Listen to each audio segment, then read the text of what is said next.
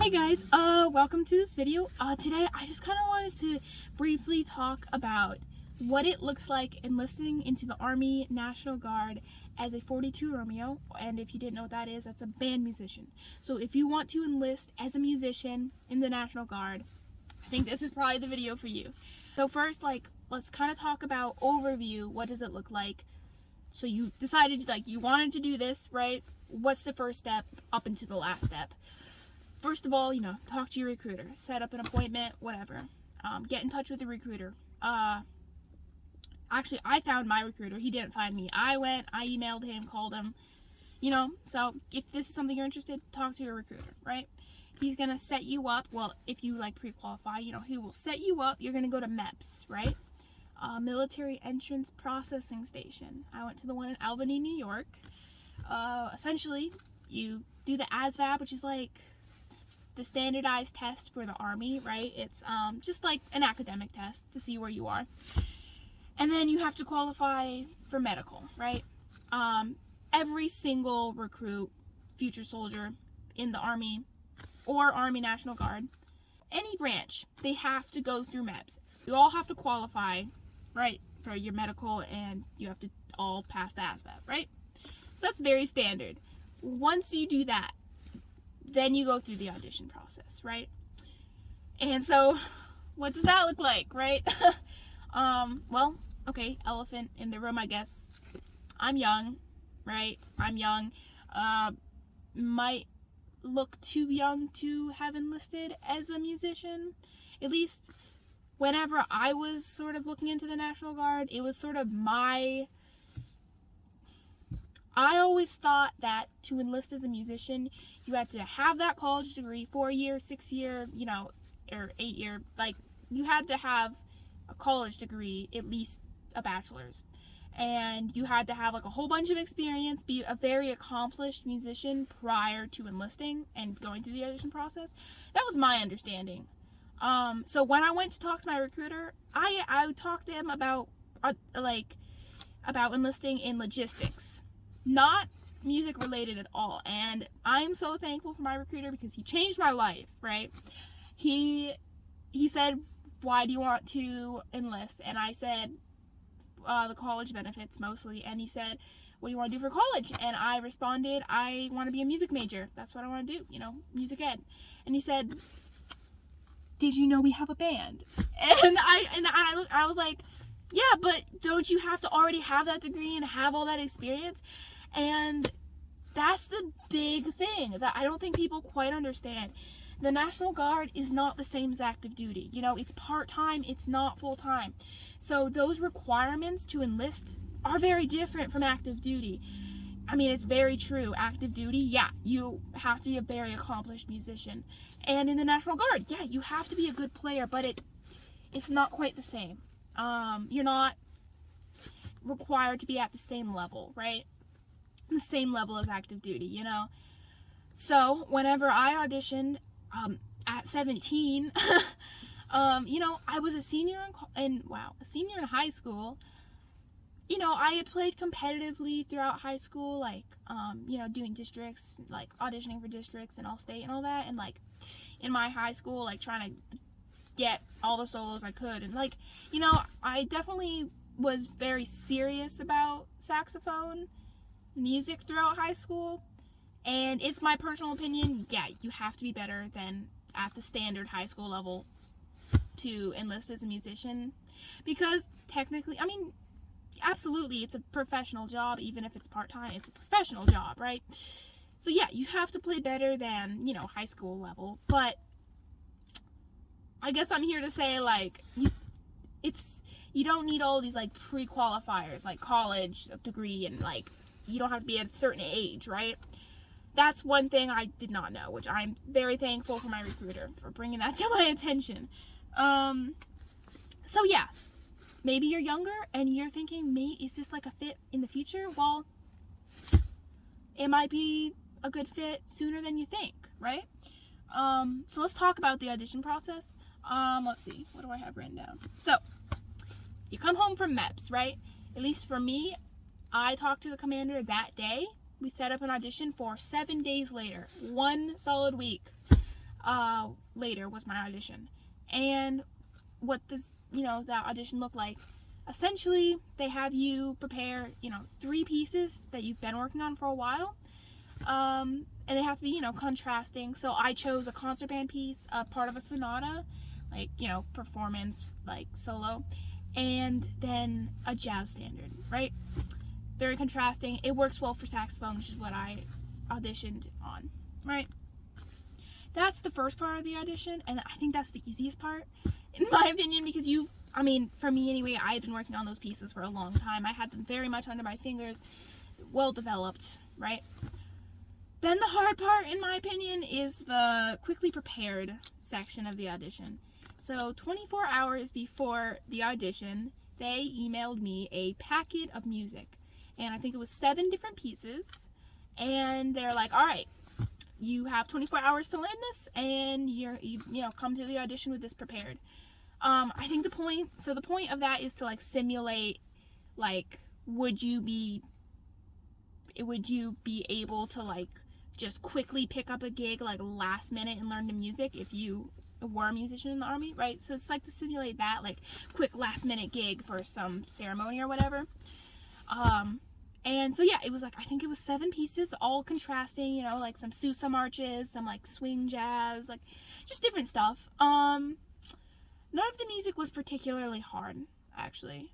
From what I remember, it was all, I think we've all like, come on, like Sousa marches and like, easy concert band music. Like, I think one of my pieces was Shenandoah, like that concert band piece. Just like easy stuff like that. So it's more like you need to demonstrate like really good musician skills, as in like making sure your intonation is really amazing or is good, adequate. Your intonation has to be good. Your timing, since they're easy, you want your timing to be really on point. And just a note, they don't have a metronome. You pick your own tempo. So you kind of want to have some of those tempos mostly memorized. Like Sousa marches, you're going to be at 120, Like Stars and Stripes Forever or whatever they had me play. You're going to be at 120. You kind of want to have that in your brain. Like, what does 120 feel like? And etc. For all the pieces, right? Because you pick your own tempo and then you want to stick with that tempo. And what else? Yeah, because the pieces are easy. So you want to, and your tone, you need that to be really good. One thing I will say, even though I auditioned on saxophone, they did not have me do any, like, soloing. Surprisingly. No jazz. Like, I did a jazz standard, but no soloing. No, like, chord progression, and none of that. Like, which is cool. So if you're curious, there's none of that on the audition. So yeah, and then you just go through your quickly prepared music that they gave you, 24 hours, play that for them. It's just little segments. It's not the whole song. It's just little segments of different pieces. It's really chill. Like I said, I think their focus is not on, like, can you play very difficult pieces? It's like, can you play music well?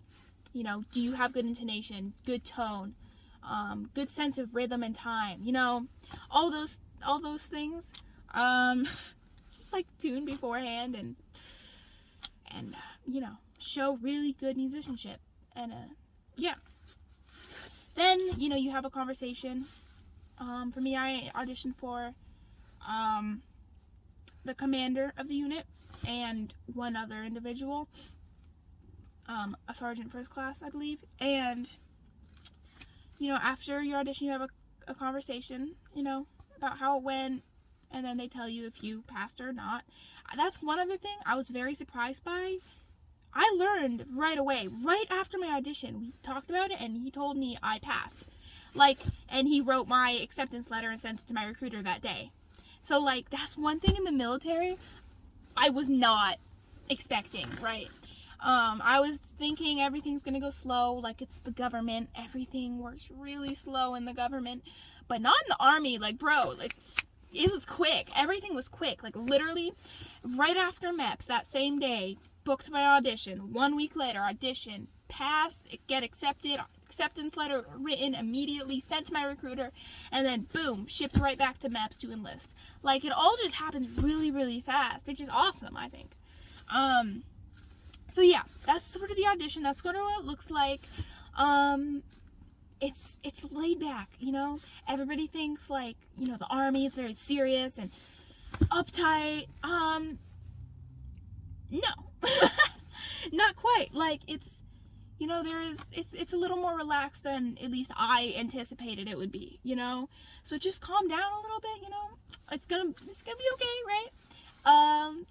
At least everybody in my unit, they're like the nicest people you'll ever meet, you know? Very supportive, great people. So yeah, anyway, say you pass your audition, you go back to MEPS, you swear in, you know, take the oath, you sign your contract, you get your ship dates, you leave MEPS.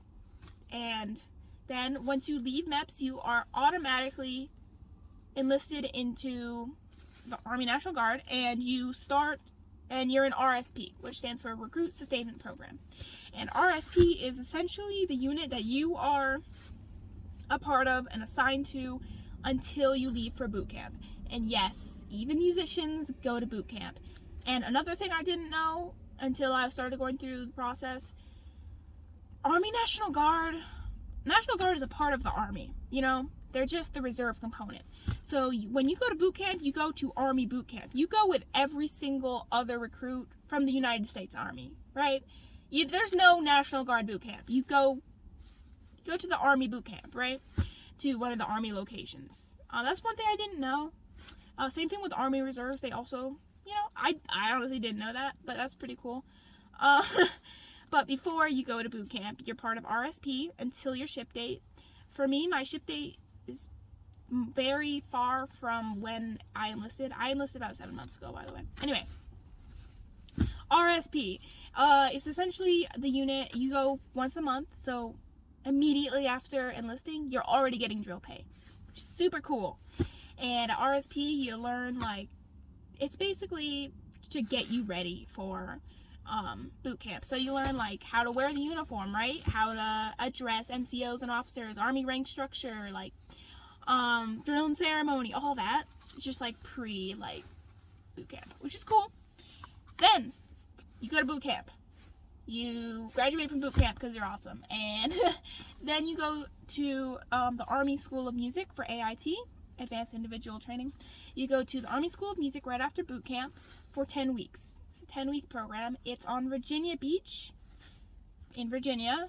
It's on, like, a Navy Marine base. It's like, you know, part of, like, that. It's separate, but it's right next to the, like, Navy School of Music. So they're on the same base. It's on Virginia Beach. Pretty sweet, right? And then once you graduate from the Army School of Music, you are a part of your unit. And you drill once a month with the band. 1 weekend a month, sorry. And 2 weeks out of the year. That's your entire commitment for however many years you enlist for.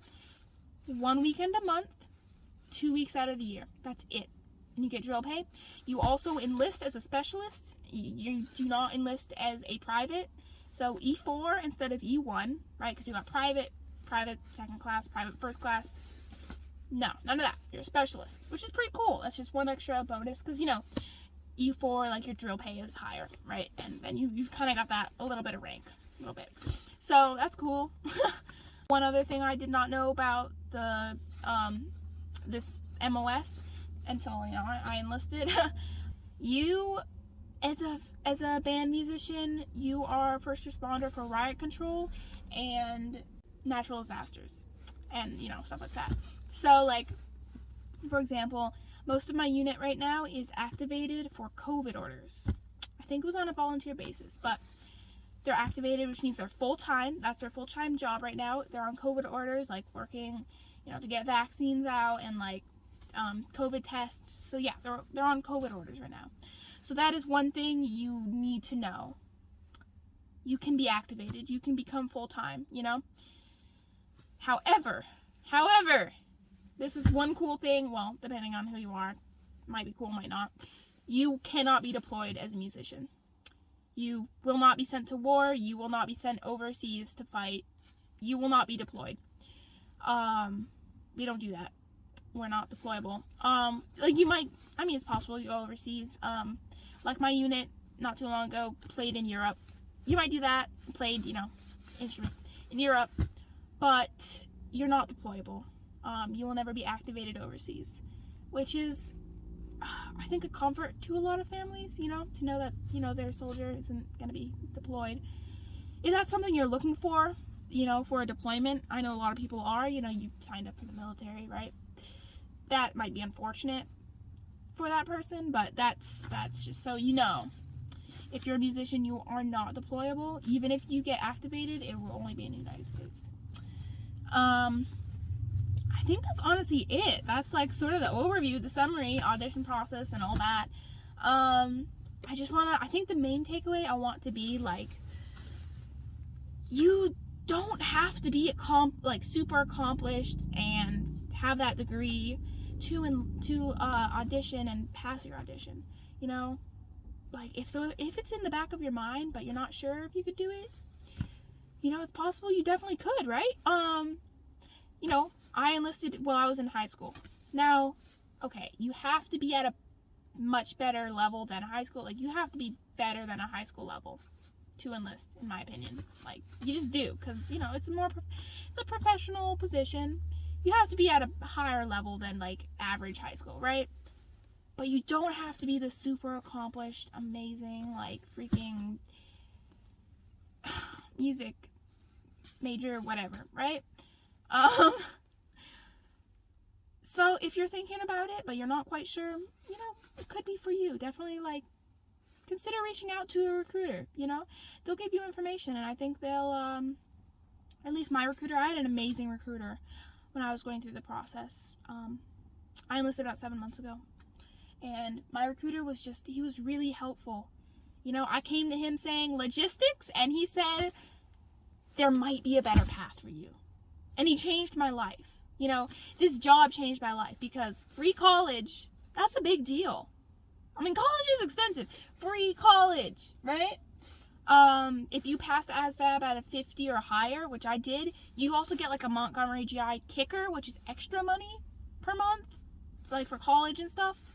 That's awesome. What else? I mean, drill pay, obviously. And the experience, right? Like, when I'm looking for a job after college, I can put down Army musician, you know? How cool is that?